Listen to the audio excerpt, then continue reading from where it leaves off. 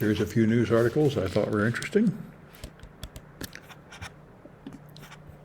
So Charter is a cable provider, and one of their employees went to somebody's house to work on the cable and murdered that person.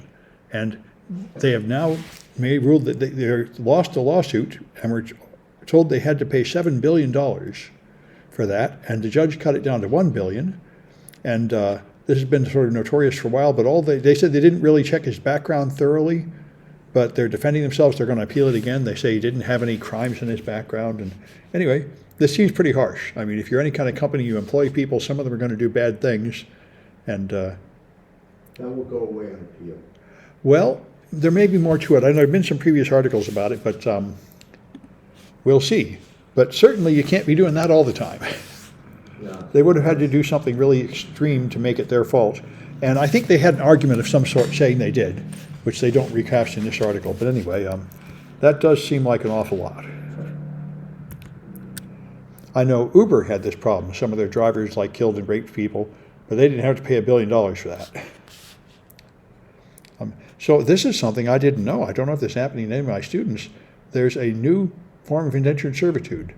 You work someplace, they put you through training, they charge you for the training, and if you leave early, you have to repay the training. And so people say they work places for 6 months and they end up owing more than they when they came in. It sounds just like the old company towns. And they call it a training repayment agreement provisions, TRAPS. Hard to believe that's what the proponents of it call it. I assume that's what the enemies of it call it. But anyway, sounds ridiculous. And I would think it's not legal. So there are some investigations going on about this. I certainly hope that's not happening very much. That sounds pretty awful. Well, do you recall the Arthur Murray Dance Studios? Dance videos, you say? Dance Studios. Dance Murray ran a set. Arthur Murray. Oh, I've heard of him long ago. Those were scams on elderly, and because their contracts locked them into eternal payments, even if they stopped. Oh, so it was like the gyms. Has passed special legislation. Well, it's like these gyms where you join and you keep paying whether you go or not. Although I think now they have to give you some way to cancel. Yes, Yeah. there's a whole statutory regime.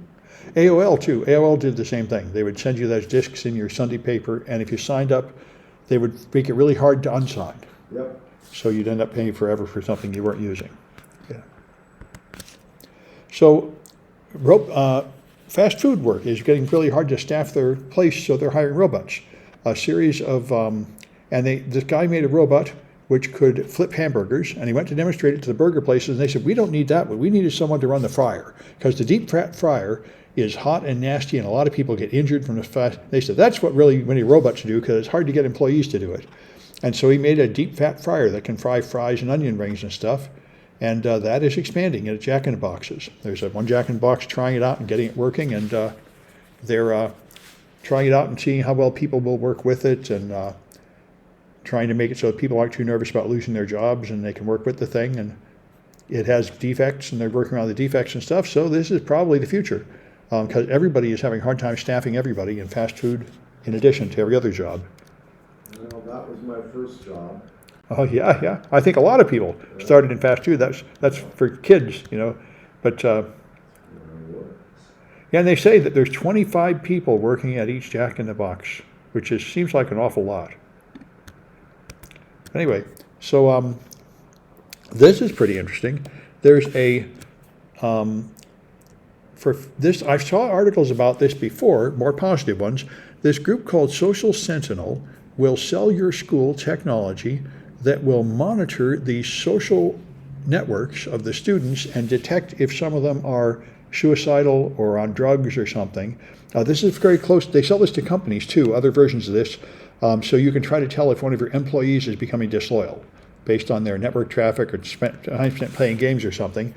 And anyway, it's highly unclear whether it actually doesn't accomplish that, but what they're using it for is to track down the physical location of students and if they get involved in protests. So this is just like all other surveillance programs, like the cops putting cameras everywhere. They sell it for one purpose and then use it for another purpose. So there's a big expose here at this DallasNews.com showing how he analyzed what's happening, and they feel like it's more surveillance. I know a lot of these things out there. I know in in Japan and Los Angeles, they both rolled out a system for like really young kids, like K through third grade, where they would wear an RFID bracelet and they'd have a scanner by the door so they'd know every time they left and came back. And in Japan, this was a big hit because the parents really wanted to know that their kid was in school and not going out getting lost and kidnapped and stuff, and they thought that was great. But when they did it in Los Angeles without telling the parents, they freaked and said, how can you do this? I don't agree to this. This is wrong. And it reminds me of the whole American attitude towards privacy, and other nations are very different. Like when Google Maps expanded to Japan, they tried driving these cars down the road, taking pictures of everything and putting it on the web, and then they'd get a picture of some guy going into a prostitution house or smoking a cigarette, and he would complain and say, you have no right to do that, and the Japanese courts totally went with him and said, you absolutely have no right to do that. Just because somebody does something out on a public street does not in any way make it okay for you to take a picture of them, not in Japan, whereas it does in America. And so they had real trouble putting out Google Street View in Japan. They had to clean it, and I think that's probably what led to now you can complain and you can request things to be taken down, like the picture of your house and a picture of you. And I think it came mostly from Japan complaining about it.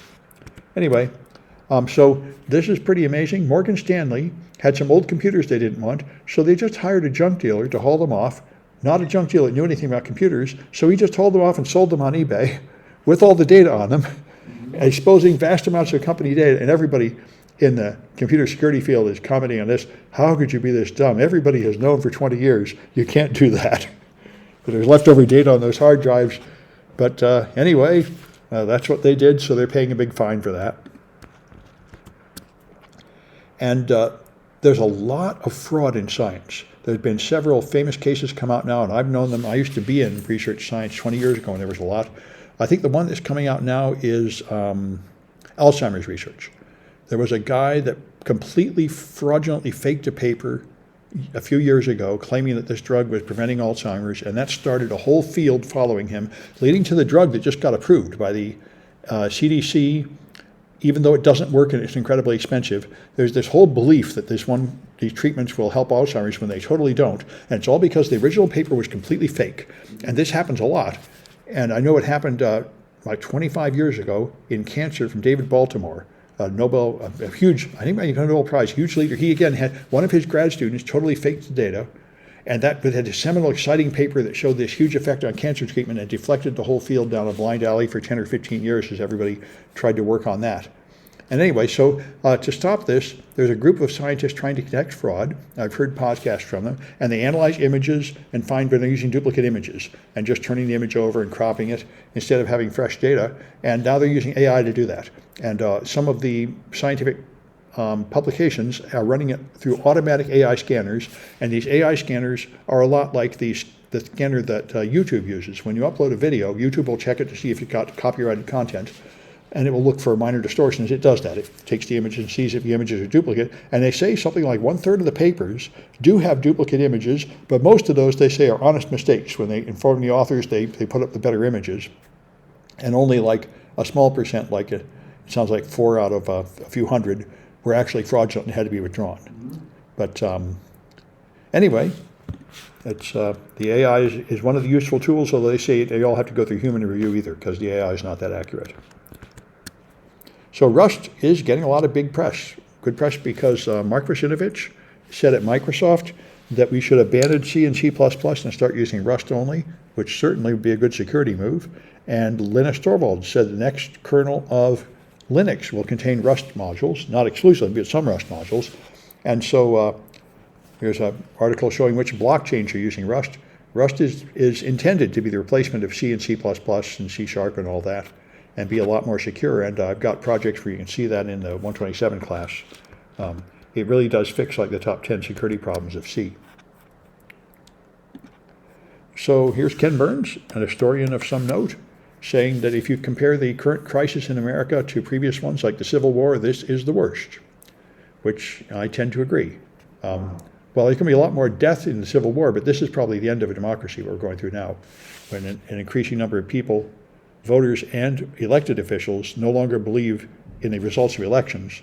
That does seem to be a fatal blow to democracy. I think it seems like after that you end up in autocracy. We'll be living through it. We're living through interesting times. Anyway. So this I found very interesting from Quantum Magazine.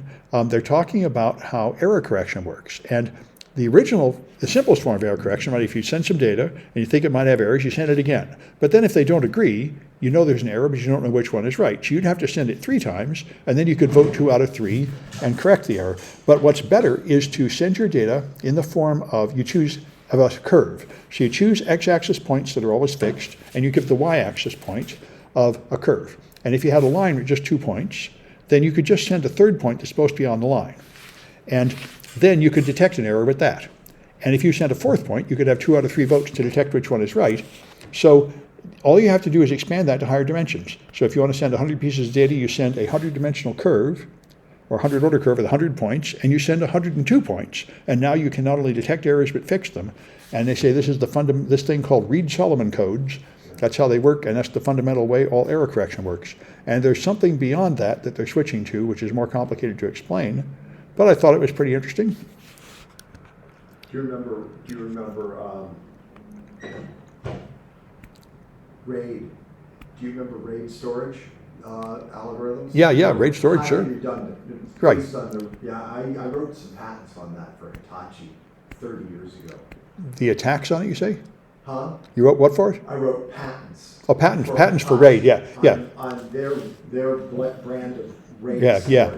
So I know that the main kind of RAID we talk about does XOR and has like 1 extra volume of data, and but there's a bunch of others. Better than mine. Yeah, and Microsoft's new one, ReFS, they've had about 10 years, it takes extra sectors of disk and stores redundant data. Again, so you don't have a huge extra amount of storage, but you can recover from some errors. All right, and I think that's enough. I just want to mention this one. VX Underground has a big repository of malware. I see a lot of tweets from these guys. I don't really know anything about the group, but they have a lot of information about current hacks, and they've archived a ton of malware. So, like I say, if you were taking a SANS course, you'd be working with real malware in this course, but under my conditions, I don't think I can do that. So we're using fake malware. But there are people that study with real malware, and there's repositories of real malware out there. Of course, if you use this stuff, you got to be careful. All right, so let me stop this recording.